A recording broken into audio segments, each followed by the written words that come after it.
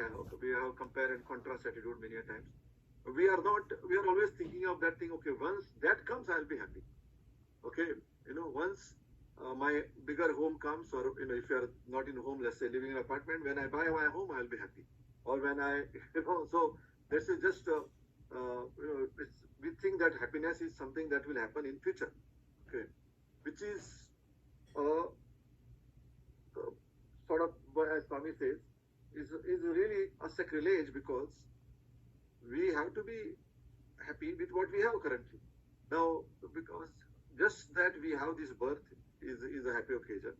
Just that we have good health, happy occasion. That we have two eyes, two hands, two feet, fully intact, is a happy occasion, because that also is a God-given thing, and not all the 100% population is fortunate to have all those kind of things. So, in fact, if we compare ourselves with the general population, we are better than probably 97, 98% of the people in the world in terms of all the material benefits that we enjoy. Sitting here, air conditions or heater, or daily food that we get, safety that we have.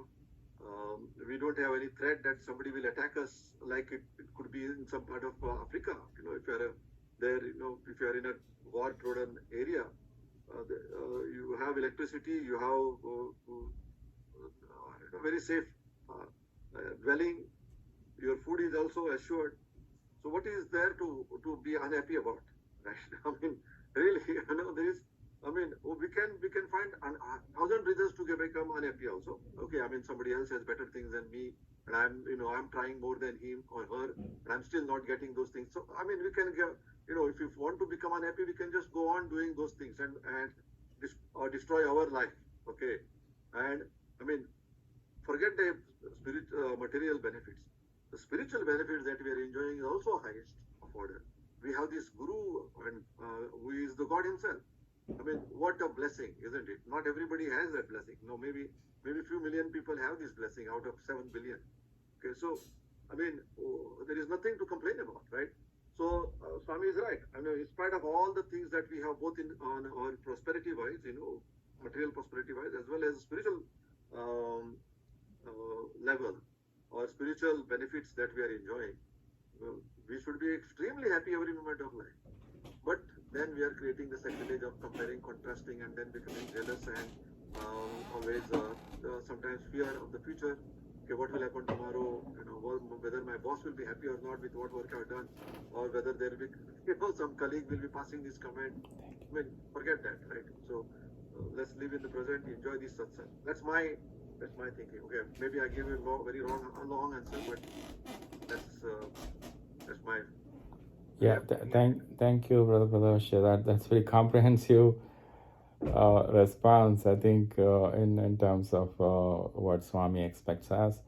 And also as a human being, we are Sat Chit Ananda, that Ananda aspect, the temporary happiness, as you said, in terms of worldly pursuits, that once that is accomplished, then you are seeking for the next happiness. We are always postponing happiness. I think one of the things I have realized is, do not seek happiness, express happiness.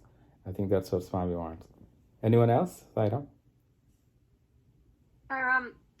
Yeah, I would also like to say a few things. All of you have made some good points.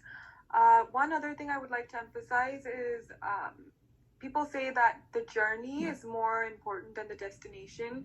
So many of us, we think of our desires as destinations, right? Like, okay, if I get a bigger house, I'll be happy. Once I get that car I've been wanting, I'll be happy.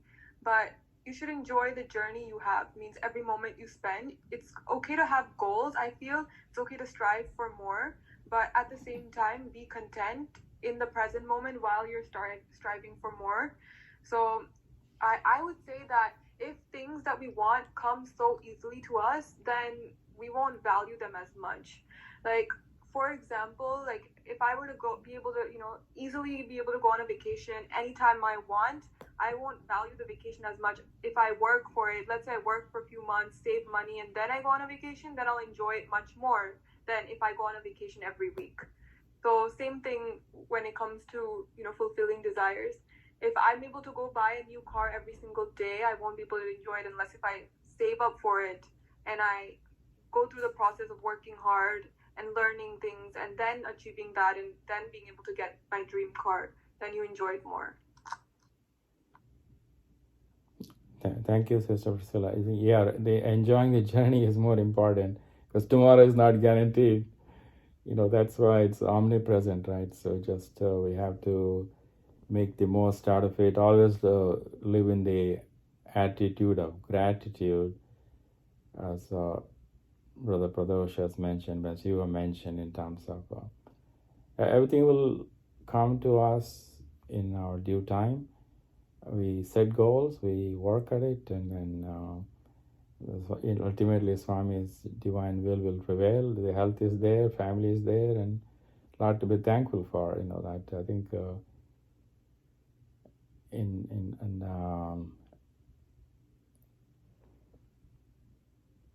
there in like I was trying to remember who, I think one of the holy person, when he was unhappy that he only had chappals, he didn't have the shoes to walk, and until he came across somebody who was walking barefoot, and somebody even having difficult time with that. So then just a perspective standpoint, then that's what shifts our energy to be happy, content, peaceful living. Sairam, anyone else? So we can go to the next slide otherwise. All right, this is the aspect of the three things on the study circle about sadhana, and then so focusing on sadhana, I think Swami is telling us to do all different sadhana, whatever, meditation, devotional singing, self-inquiry, all that, but eventually to experience that peace within. So that I really love this photo. When I first saw some 30 years ago, I brought it and shared with the centers around New York City.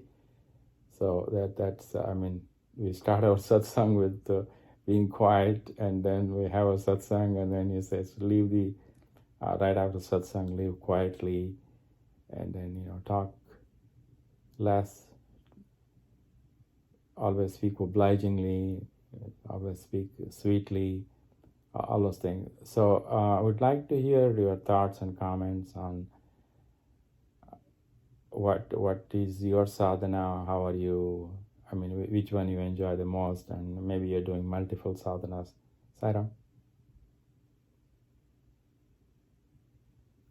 Sairam, brother, as you said, this was actually my first picture also, which I saw in my center, where Swami is putting his finger on his lips, and was quite attractive to me, where I could not understand that time, why Swami is putting, where in my family, or Amit was calling, he's a God, and I said, God never says be quiet or silence.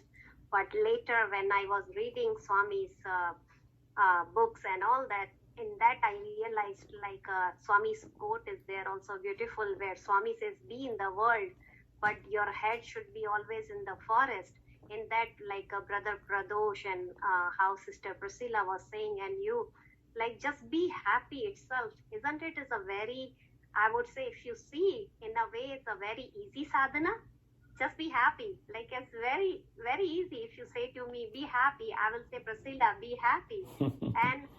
and if you see very deep, it's very hard, because you believe me or not, 2-3 years I have been realizing, because one of my very close friends keep telling me, be happy. So if you take it in a very deep, it's you can work on it only, not rather telling others to be happy, because that is not our job, because Swami says happiness is within. So happiness is actually is in within, not like, oh, I'm someone is giving me what I want, like Priscilla was talking about car. I want new dress. So if I'm getting dress, I could be happy for some time, but ultimately I realized like your happiness is only like connecting to God.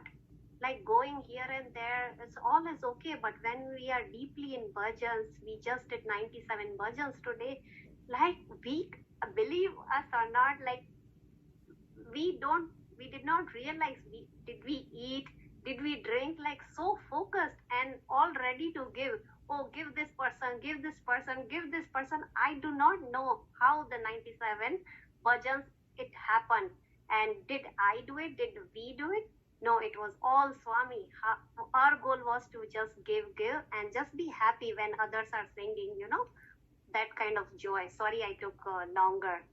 No, So no, it's a very that, beautiful, it's a very easy to do, be happy, and but if you follow that, it's not hard, but it's very good. As Swami says, follow, look at yourself only. yeah, thank you, Sai Sister Ram. Asha. Thank you. Yeah, I think yeah, very well said about Swami's quote about Dil mein Ram, Hath mein Kam, so hands in this society, head in the forest, that's one of the quotes.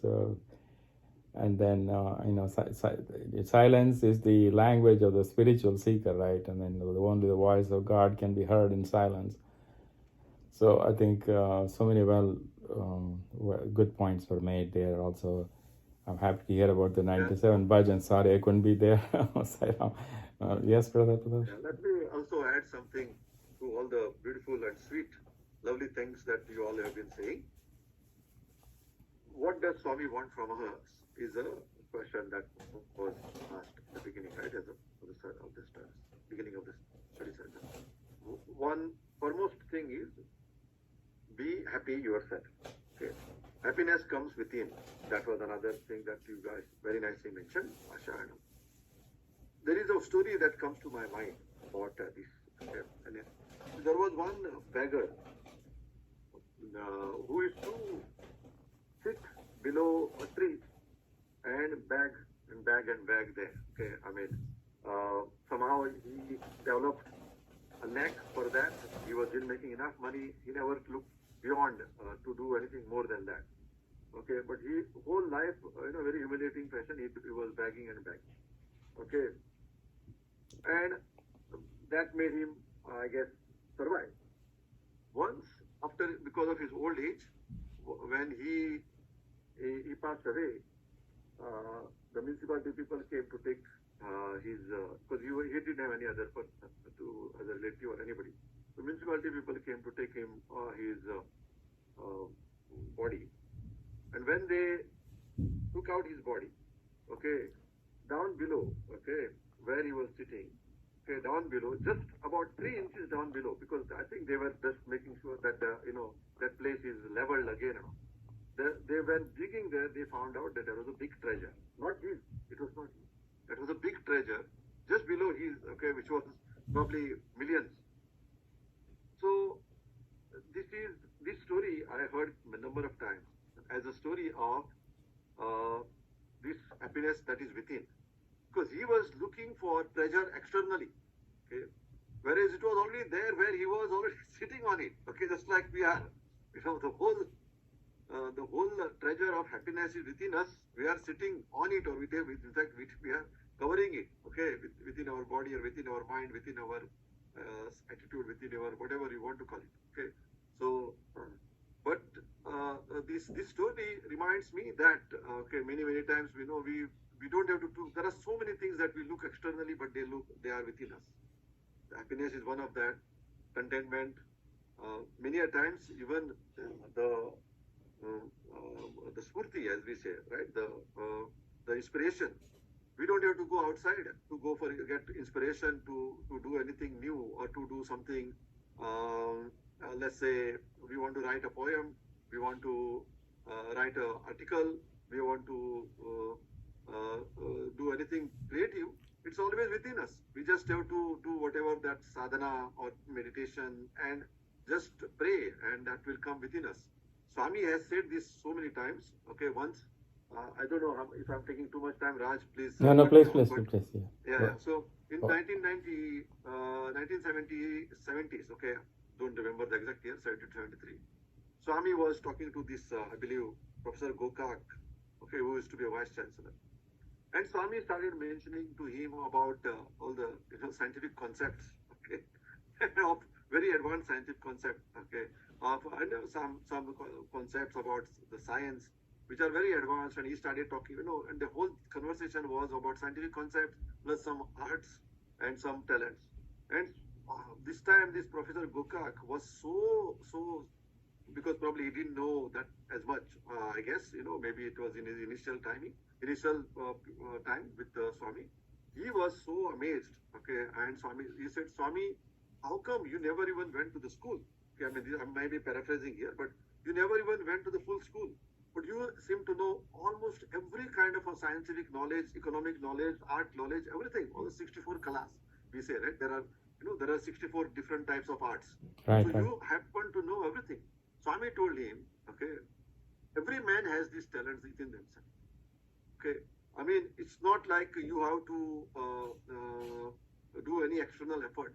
If you can, okay, like Vivekananda said, if you can spend enough time, okay, in discovering yourself in terms of meditation, sadhana, focus, concentration, all of that, okay, then many things that you have learned in the past life they will come to you.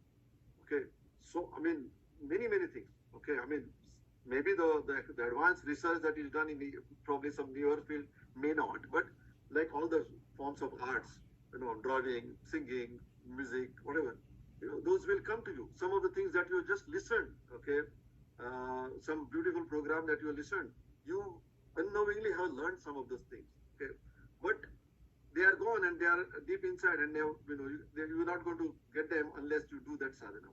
So I'll tell you Swami Vivekananda stories here. Any book that he would read, okay, just one read, okay, he would finish the book just by looking at it. Okay, he just didn't have to study it page by page or line by line. I mean, he could finish so many 1,000 pages book within a day or 2 days, and he will then remember every book, every line of that page. He will be able to tell you that because it was his concentration and the focus. So anyway, so I'm talking about this happiness which is within us. Now, second thing is, of course, we have to be happy ourselves, but also we should also make endeavor, pray that others also be happy. That is what we do. Samasta Loka Sukhino Bhavantu. Sai Ram. Oh, beautiful, beautiful.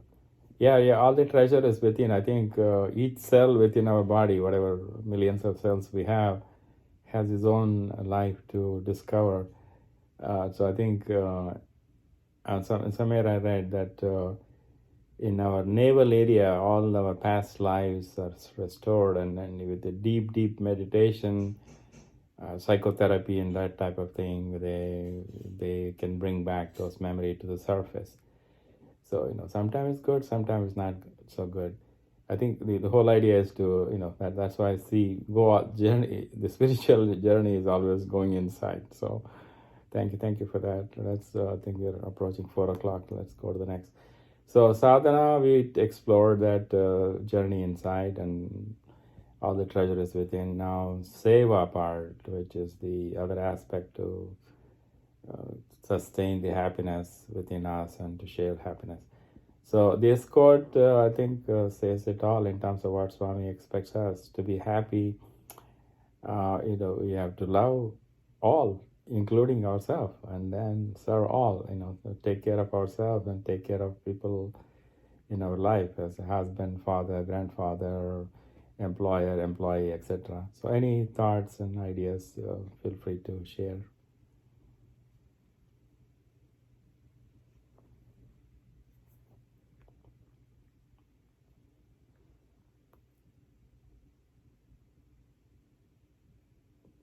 Hey, did you hear me, please? No, I know it's a small group, and yeah.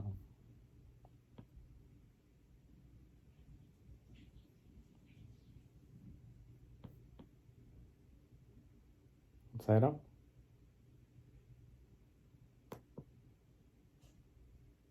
Yes, I am, Brother Raj. We can hear you. Okay, yeah, okay. Any aspect so far we talked about. To be happy about the goal of life, self-inquiry, sadhana, and SEVA, and then SANKIRTAN also we can include in the mix here. You just finished the 97 bhajan. So anything Swami is prompting you from inside, please share. Yeah, I can just share my view. I think, I'll just quickly share. We finished the 97 bhajan in Flushing today, and it was an amazing experience.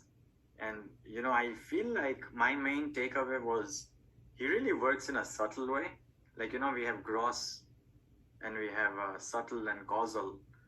He's very invisibly powerful, So I think that's important for us. Like, I know we say love all, serve all, we do SEVA, we do all the day-to-day things like SEVA. We had Tompkins Park yesterday, we were there in the SEVA, etc. But we have to always remember the gross is just the outward dimension, including our entire organization, our body, our family members, what we do, our car, house, everything is gross. But Swami is much more deeper than that, and he operates in that level of causality or subtleness. And today in the 97 bhajan, I could feel him completely operating. He's pretty much in charge, brother. I'm saying, like, we feel we are doing something, but it's not true. He makes us feel like that, or we feel ourselves like that because we are living in a duality. But, my experience is that he is just there all the time, working without any duality all the time. So how do we get to that level so we can merge in him, right? Is the question I have for you and anybody else who wants to share, please. Yeah, thank you for sharing the causal aspect of it. Yeah, of course, the 3 stages Swami talks about. The one you think you are, the one who others thinks who you are, which is the mind, and the one you really are is the Atmic. As you mentioned, the causal, the causal body. That is our inner self. That is Swami. That is whatever label we put in as God, energy, all that aspect. So it is the inner prompter, and then based on our desires and expectation, aspirations, he channels our energy in that direction. I think. So the more we quieten the mind, and then. That I think Swami was giving out diamonds, and I didn't get one, of course. So diamond rings, then he to remind us, die mind. I think that's where to be in that space of total peace, contentment, joy, bliss. Any label you put in, to in that. Please, others share.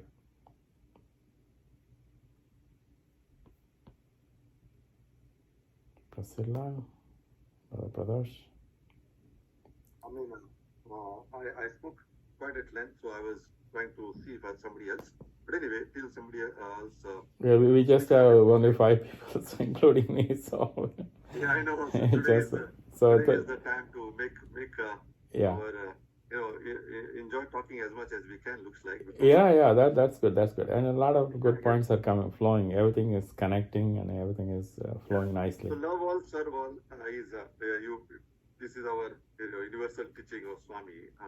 See, the emphasis here is on the word all. So many a times love all, serve all, either knowingly or unknowingly, we end up only loving those people who are good to us. Okay, only loving those people who are near us, or who are our probably friends, relatives, and all that kind of thing. Okay, somebody who is what I should say, who is not in agreement with us. Okay, our love does not flow all the time. Okay, see, so then this all is also is not just once or twice a day, or only for a few minutes or few hours. Should be, as a practice 24/7. Okay, that is, no matter what, our is constant integrated awareness. That is our love and our service towards others will be 24/7. Now, how it is practically possible? Okay, I mean, we have to also indulge in our own life, right? Now, it does not mean that there is no discrimination. When love all does not mean that we go and embrace a cobra or a scorpion and say that, okay, I'm loving every creature in this world, so here is cobra and I am going to embrace it. That's not what Swami is asking us to do. Okay, love all means. Love all means we have loving feeling towards everyone. Okay. Now, maybe the people are not very kind to us. Doesn't matter. Just like in Bhagavad Gita, Arjuna was told, okay, you have to do your duty here. Those are your cousins, but there should not be any hatred. Okay, you have to kill them. Okay, now because the war has come, you cannot run away. But then you are doing that out of still love, because that is the dharma that you are doing. Just like when our children, right, we have to kind of correct them. When our children have to be corrected, okay, I mean, we will be stern. We may be even scolding or using a little bit of stern words, but there is no dislike or hatred towards our children. It is all done out of love. So same thing applies to everyone. Okay, we may when the situation arises, we may stand our ground and be firm when the time comes, and if you have to correct somebody, we will correct, whether the person is in the center, depending on the situation. Okay, again, discrimination, we should not do it in a way such that it creates more problem. But if you have the seniority, if you have this, you can always, or if you have to give suggestions, you can always. Everything should be out of love. Okay, and that's it's not easy. Okay, so loving all it does not mean we are what I should say, we are accepting everybody's everybody's mistakes or everybody's this by a blank check.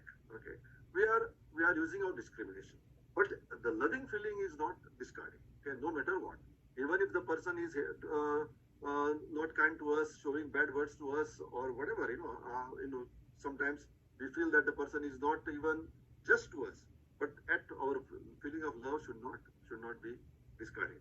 So that's most important, and it's not easy. Okay, I mean, I myself can say that it's not easy. It's not 24/7. But okay, whenever it is possible, we have to do it more and more. Same thing with serve all, right? Serving does not mean every situation, every disaster, every this we go and jump there and go and do physical seva. Sometimes that is not possible, right? So then that time, samasta loka sukhino bhavantu. Okay, now there is a disaster that happens in some other part of the world. Could be Ukraine, could be Africa, could be starvation somewhere else. You can't be going there personally every time, right? I mean, whatever possible you are doing through your organization, but from your own spiritual way, you are going to pray that samasta loka sukhino bhavantu, and with the bottom of our heart. So that is what is love all serve all. My two cents, Sarah. Sairam, thank you, Pradash. That's a wonderful thing you said. The only thing I would add is that you can disagree with the behavior, you still love the person, you still send out the positive vibes and hope for a corrective action, and then something we can live with.